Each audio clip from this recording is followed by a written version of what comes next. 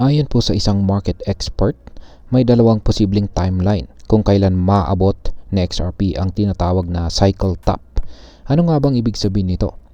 At ano po ang maaaring maging epekto nito para sa atin bilang mga Pinoy crypto traders at investors ni XRP.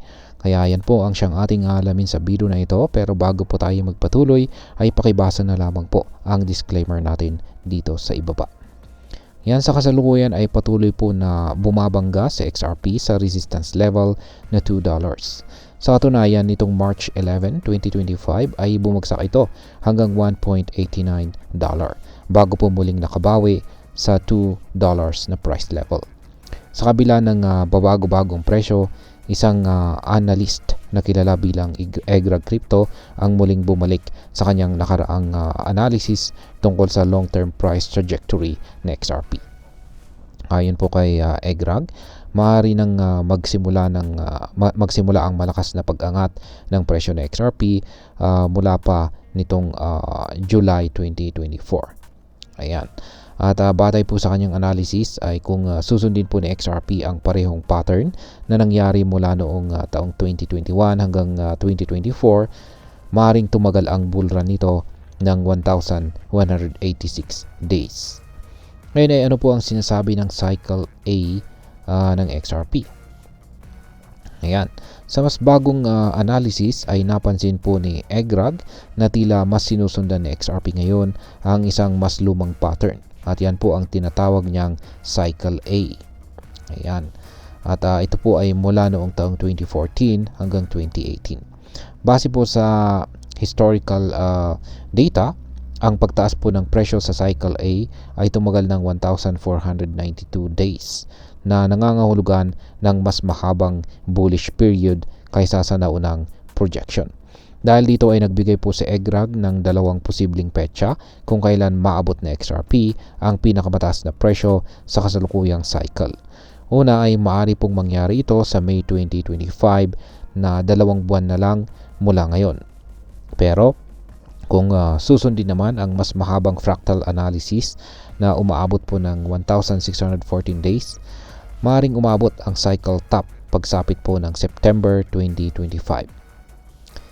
Ngayon ay ano naman po ang posibleng cycle top ni XRP?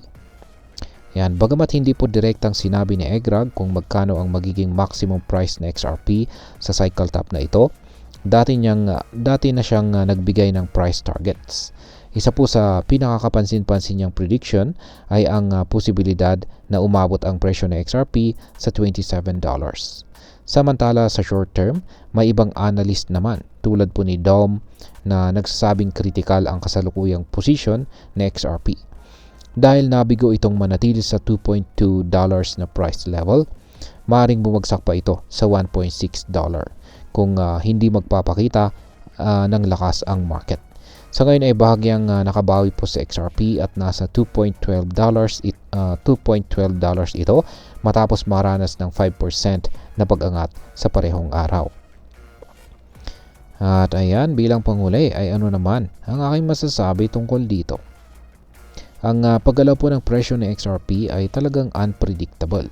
Pero base po sa mga historical patterns, may posibilidad na magkaroon ito ng malaking pag-angat sa loob ng taong ito. Gayunpaman ay hindi po tayo dapat basta-basta magbase sa predictions lamang. Dapat pa rin nating isaalang-alang ang mga macroeconomic factors, regulations at saka market sentiment na maaaring maka-impluwensya sa presyo ng XRP. Kaya kung ikaw po ay isang XRP holder, siguraduhin may malinaw ang strategy kung paano mo po hahawakan ang iyong investment. At syempre, laging tandaan na ang cryptocurrency trading ay may kaakibat na risk. Kaya naman bago gumawa ng anumang desisyon, siguraduhin naiintindihan mo ang lahat ng maaaring mangyari. At ayan, hanggang dito na lamang po tayo sa video na ito mga ka-crypto. Marami pong salamat sa panonood. Ingat po tayo lagi at God bless po sa ating lahat.